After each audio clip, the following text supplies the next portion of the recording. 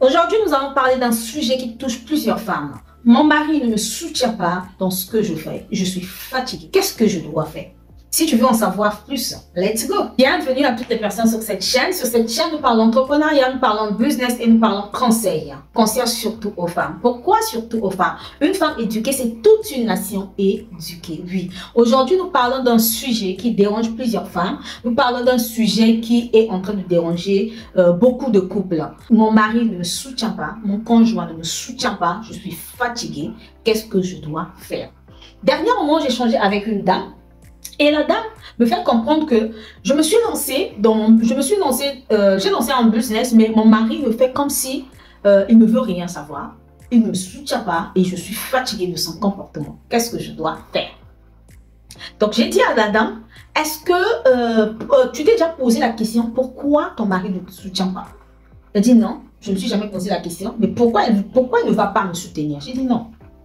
Tu dois te poser cette question. Quand tu vas te poser la question, tu auras beaucoup d'autres questions que tu pourras répondre. Et derrière ces questions, tu vas comprendre pourquoi peut-être ton mari ne te soutient pas. La dame me dit, ah bon? J'ai dit oui. J'ai dit à la dame, est-ce que tu as eu à faire d'abord un business? Elle dit, oui, j'ai fait un business. Mon mari m'avait donné 100 000, mais j'avais fait un business, ça n'avait pas marché. Mais depuis lors, quand je lui parle de business, le gars ne veut rien savoir. Je dis, voilà. Ce sont ces genres de questions que tu dois te poser. Quand tu vas te poser ces genres de questions, tu comprendras pourquoi ton mari ne te soutient pas. Donc aujourd'hui, je vais vous donner quelques tips qui vont vous permettre d'emmener votre mari à vous soutenir dans ce que vous allez faire, vous allez lancer comme business. Notre premier point ici, donc notre premier tips ici, c'est la communication. Oui. Vous savez, dans une maison, dans un foyer, pour que le foyer marche, pour que tout marche dans un foyer, il faut la communication. Ok?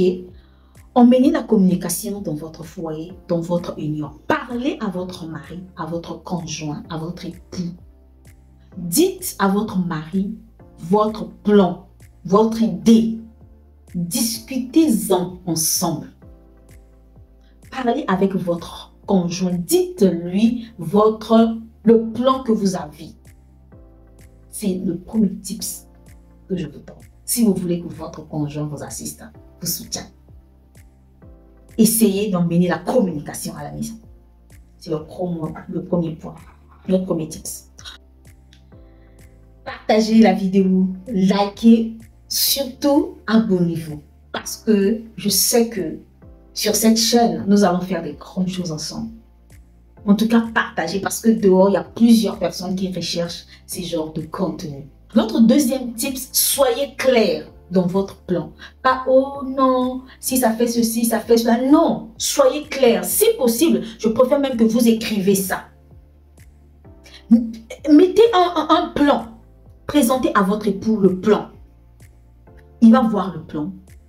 Il va comprendre. Il va essayer de vous dire, mais ici, ça n'a pas... Ici, ça fait ceci. Et vous allez répondre aux questions que votre époux va vous poser. Je suis sûre et certain qu'il va comprendre. Soyez clair. Troisièmement, faites en sorte que votre conjoint soit dans votre business. Oui. En fait, emmenez votre conjoint dans le business. Faites en sorte qu'il soit dans le business. OK? Impliquez votre conjoint dans votre business. Oui, impliquez votre conjoint dans votre business. Impliquez-le. Il doit se sentir impliqué. Les hommes aiment ça. En fait, quand ça ne marche pas avec le client ou la cliente, essayez de venir en parler avec votre chéri, votre conjoint. Ah, papa, ah, bébé, hier ou bien aujourd'hui, j'ai eu tel problème avec un client ou bien une cliente. Regarde. Qu'est-ce que tu me proposes? Les hommes aiment être au-dessus. Au-dessus. Comme votre coach. Si vous l'impliquez dans votre business, qu'il soit comme votre coach, qu'il soit en fait une personne vraiment importante pour votre business, je vous assure qu'il finira par vous soutenir. Il finira par vous assister. Un autre point, emmenez les résultats sur la table. Beaucoup de femmes ne savent pas comment emmener les résultats sur la table. Les hommes n'aiment pas ça. Aujourd'hui, tu as un business. Tu es en train de faire ton business, ça marche. Ton mari ne connaît même pas comment est-ce que ton business fonctionne et que tout, il sait juste que tu fais un business. Non. C'est comme un enfant. Aujourd'hui, ton enfant va à l'école et tout, tu vas chercher à savoir les résultats.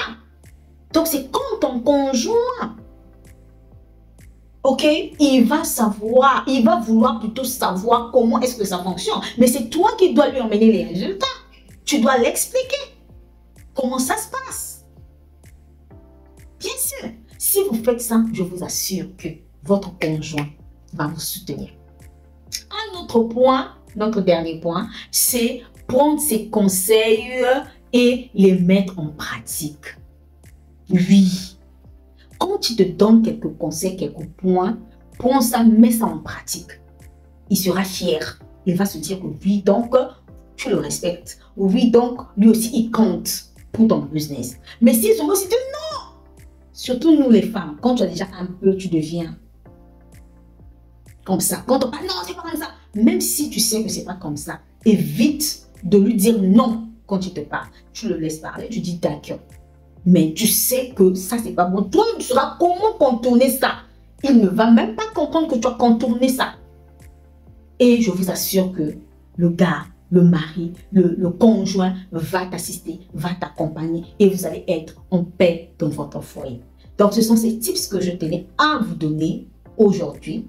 J'espère que vous avez appris. Je vous souhaite une bonne fin de journée et on se retrouve prochainement.